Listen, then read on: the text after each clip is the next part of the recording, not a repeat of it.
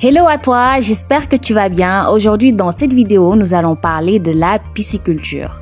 Dans cette vidéo, vous allez apprendre quel genre de poissons il faut élever, quels sont les types d'étangs piscicoles qui existent, comment se reproduisent les poissons, comment on nourrit les poissons, comment les récolter et pour finir, comment entretenir et rendre propres vos étangs ou vos bassins.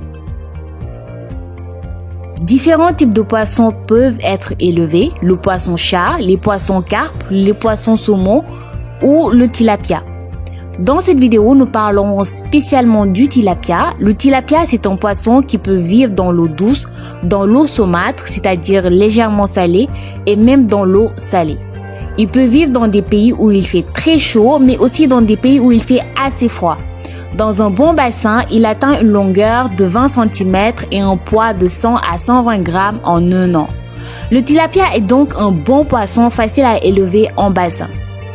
Le tilapia se reproduit très tôt, à l'âge de 4 mois. Il fait beaucoup de petits. C'est pour cela qu'il faudra donc enlever quelques poissons régulièrement du bassin. Sans cela, vous aurez bientôt trop de poissons et pas assez d'eau. Et s'il n'y a pas assez d'eau et trop de poissons, ces derniers ne grossissent plus autant, mais ils continuent de se reproduire, ce qui fait que vous aurez de tout petits poissons pour que vous puissiez les manger ou les vendre. Tout d'abord, il faut comprendre qu'il existe de nombreux types d'étangs piscicoles. Et vous devez connaître les principaux éléments associés à chacun d'eux. D'abord, un étang est composé de digues. Le digue, en fait, c'est un mur qui retient l'eau de l'étang. Puis, il y a des canaux qui amènent ou évacuent l'eau de l'étang. Il y a aussi des dispositifs de régulation qui contrôlent le niveau d'eau ou son débit. Il y a des chemins, des voies qui longent l'étang et qui permettent d'y accéder. Mais aussi, il y a des installations de récolte et d'autres équipements destinés à la gestion de l'eau, des stocks piscicoles, mais aussi de la récolte de vos poissons. Venons-en aux 3 principaux types d'étangs. On a des étangs en déblai. Ces étangs sont directement alimentés par des eaux souterraines, des eaux de pluie ou des eaux de ruissellement. Puis, on a des étangs de barrage. Ces étangs sont établis au fond d'une vallée par construction d'une digue en travers de la partie basse de la vallée. Et en dernière position, on a des étangs en dérivation. L'étang en dérivation est alimenté indirectement par gravité ou par pompage par un canal de dérivation à partir d'une source, d'une rivière, d'un lac ou d'un réservoir. Le débit d'eau est contrôlé par une prise d'eau. Chaque étang possède une arrivée d'eau et une sortie d'eau. L'étang en dérivation peut être construit soit sur un terrain en pente, soit sur un terrain plat. La taille des étangs en pisciculture semi-intensive dépend du type de pisciculture que vous voulez faire.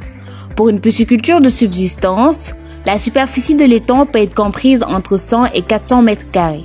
Pour une pisciculture commerciale à petite échelle, cette superficie peut être comprise entre 400 et 1000 mètres carrés.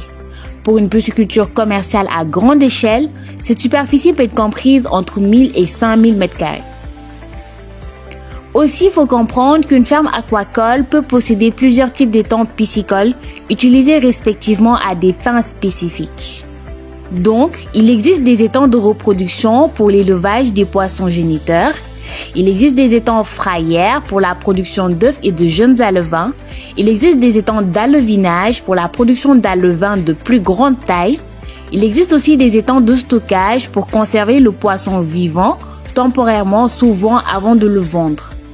Il y a aussi des étangs de grossissement pour la production de poissons de consommation. Et pour finir, il y a des étangs d'hivernage pour garder un stock de poissons vivants pendant la saison froide. Donc si vous avez une ferme piscicole, soit vous choisissez le type d'étang que vous voulez faire, ou bien dans une même ferme, il peut y avoir tous ces types d'étangs qui coexistent. Je sais que tout cela peut paraître énorme en termes de quantité d'informations et c'est le cas. C'est pour cela que concernant la construction de l'étang, je vous donne les éléments essentiels, mais il faudra creuser un peu plus pour bien construire votre ferme piscicole. En effet, la construction de l'étang dépendra de la topographie de votre parcelle, du type de ferme que vous voulez faire. Est-ce pour nourrir votre famille ou vendre sur le marché? Il faut bien réfléchir à ce que vous voulez faire. Et surtout, n'hésitez pas à aller faire un tour sur notre site internet et sur nos réseaux sociaux. Nous donnons des formations très complètes, pédagogues et faciles à comprendre et à mettre en place. En plus de cela, nous pouvons vous accompagner de A à Z pour toute installation concernant l'agriculture et l'agroalimentaire. Donc, revenons à notre vidéo, revenons à notre poisson tilapia. Comment peupler le bassin? Donc, une fois le bassin construit, il faut y mettre les poissons. C'est ce qu'on appelle peupler le bassin. Rappelez-vous toujours qu'un bassin peut nourrir un certain nombre de poissons au mètre carré et pas plus. Si vous mettez trop de poissons dans votre bassin, une partie mourra de faim. Le reste ne grandira pas convenablement et ne sera pas bon à manger ou à vendre. Et si vous ne mettez pas assez de poissons dans le bassin, il vous faudra attendre longtemps avant de pouvoir manger ou vendre le poisson. Si vous avez l'intention de nourrir les poissons dans votre bassin, il vous faudra environ 3,2 kg d'alevin de tilapia pour un bassin de 10 mètres par 20 mètres. Les alevins sont des jeunes poissons de 4 à 5 cm de long. Donc 350 alevins de tilapia pesent à peu près 3,2 kg. Donc pour un bassin de 10 mètres par 20 mètres, il vous faudra 350 alevins. Vous penserez peut-être que 350 petits poissons ne vous donneront pas beaucoup de friture dans l'année. Mais rappelez-vous cependant que les tilapias commencent à se reproduire à 4 mois. Ils frayent 3 ou 4 fois par an si le temps reste chaud. C'est-à-dire qu'ils se reproduisent 3 à 4 fois par an si le temps reste chaud.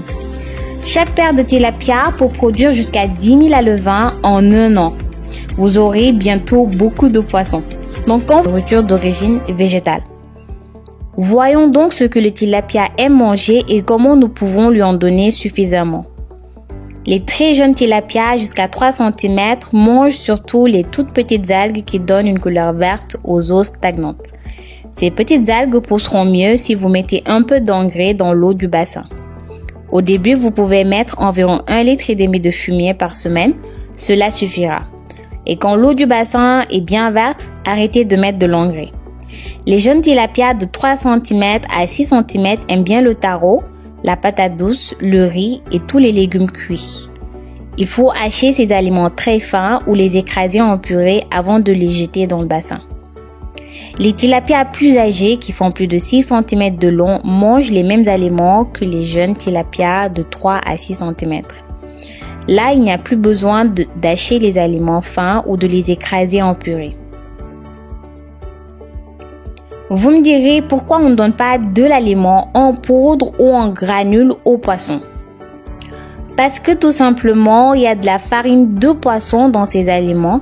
Alors pour nous, il y a un souci de durabilité, un terme qui nous tient très à cœur.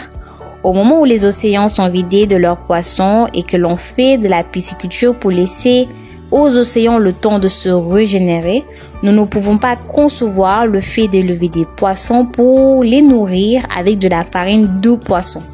Pêcher pour nourrir les poissons d'élevage réduit la nourriture disponible pour la consommation humaine et endommage l'écosystème marin. On s'explique. La plupart des poissons produits en aquaculture sont carnivores et leur donner des protéines végétales atteint vite ses limites.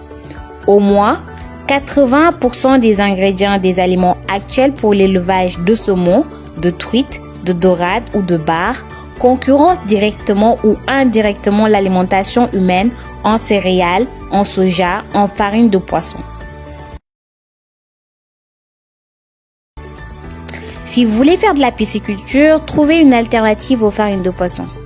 Ici, pour cette vidéo, on a pris comme poisson d'élevage le tilapia et ce dernier a un régime herbivore.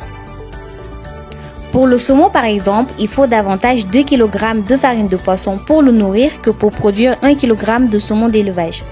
Selon certains chercheurs, toutes ces protéines utilisées pour nourrir le saumon d'élevage, un produit de luxe qui ne combat pas vraiment le problème de la famine, devrait plutôt servir à éliminer ce problème de société et nourrir directement les gens qui souffrent de la faim. Pour un bassin de 10 mètres par 10 avec 350 alevins, voici comment nous allons procéder. Tout d'abord, nous mettrons dans l'eau environ 1,5 litre de fumier au moins une semaine avant que les alevins n'arrivent. Ensuite, lorsque les alevins seront dans le bassin, nous continuerons à mettre la même quantité d'engrais chaque semaine dans l'eau. Nous continuerons pendant 1 mois sans mettre d'autres nourritures. Pendant les 3 mois suivants, nous apporterons chaque jour dans le bassin 250 grammes environ de légumes hachés fins ou écrasés en purée. Pendant encore 3 mois, nous donnerons chaque jour 500 grammes de légumes coupés en petits morceaux. Là, il n'y a plus besoin d'écraser la nourriture. Après cela, nous donnerons chaque jour 1 kg de nourriture jusqu'au moment où nous viderons le bassin. Si vous n'avez pas de légumes à donner aux poissons, donnez-leur des feuilles de taro, de bananier, de patates douces ou de manioc, que vous aurez hachées finement. Le reste de vos repas peuvent aussi être hachés finement et donnés aux poissons. Si vous ne nourrissez pas vos poissons, ils ne grandiront pas vite et ne grossiront pas beaucoup. Il ne faut pas donc vous attendre à attirer beaucoup de poissons dans votre bassin, même si vous mettez de l'engrais. Il vaut donc mieux nourrir les poissons comme indiqué ici dans la vidéo. Voilà, vos poissons ont grandi. Au bout de 4 à 5 mois, vous pouvez commencer à prendre du poisson dans votre bassin. À ce moment, il vaut mieux les prendre à la ligne. Vous pouvez mettre des vers de terre ou des morceaux de taro cuits comme amorce. Au bout d'un certain temps, vous aurez peut-être des difficultés à prendre assez de poissons à la ligne. Donc là, vous pouvez utiliser un filet simple pour récupérer le poisson dans votre bassin. L'entretien du bassin est le plus important si vous voulez faire une bonne récolte de poissons. Il faut le tenir propre et en bon état. Ne laissez pas les mauvaises herbes pousser dans votre bassin et ne font pas de bien aux poissons. Donc coupez l'herbe qui pousse autour de l'eau du bassin, les bords doivent être propres et nets. Une fois par an, il faut vider votre bassin, c'est le moment de faire les grosses réparations, de changer les tuyaux, de refaire les digues, etc. Avant de vider le bassin, vous mettrez vos poissons à l'abri dans des fûts remplis d'eau propre. Après cela, vous pourrez nettoyer votre bassin tranquillement. Videz l'eau et nettoyez le fond du bassin. La boue que vous en tirez est un bon engrais pour votre jardin, pour votre potager. Il faut laisser le bassin sécher pendant 2 jours avant de le remplir à nouveau. Quand vous aurez fini de nettoyer et de réparer le bassin, il faudra y remettre quelques poissons. Voyons un peu comment nous allons nous y prendre. D'abord, il faut trier le poisson en 2 lots. L'un sera mis dans le bassin, l'autre non. Pour repeupler le bassin, choisissez environ 12 gros poissons et quelques centaines de petits. Les 12 gros poissons seront composés de 6 mâles et 6 femelles. Les mâles ont la queue bordée de rouge et les femelles ont la queue bordée de rose. Et les centaines de petits que vous mettrez de côté devront avoir entre 4 et 5 cm de long. En triant ces poissons pour repeupler le bassin, choisissez les plus forts. Ne prenez pas surtout les poissons qui nagent mollement, ils sont faibles et ne sont pas bons pour le repeuplement. Une fois que vous avez trié les poissons, ne laissez pas les fûts au soleil, mettez-les à l'ombre. Les poissons que vous ne remettez pas dans le bassin, vous pouvez les saler, les sécher ou les fumer. Attention, quand vous videz votre bassin pour le nettoyer, il faut faire vite. Il ne faut pas abandonner le travail une fois qu'il est commencé, car si vos poissons restent trop longtemps dans les fûts, ils vont mourir. Voilà, c'est la fin de cette vidéo. Elle a été longue, mais j'espère que cela vous aidera à mieux cerner c'est quoi la pisciculture. Pour plus d'informations, écrivez-nous sur notre Instagram, nous vous répondrons avec plaisir.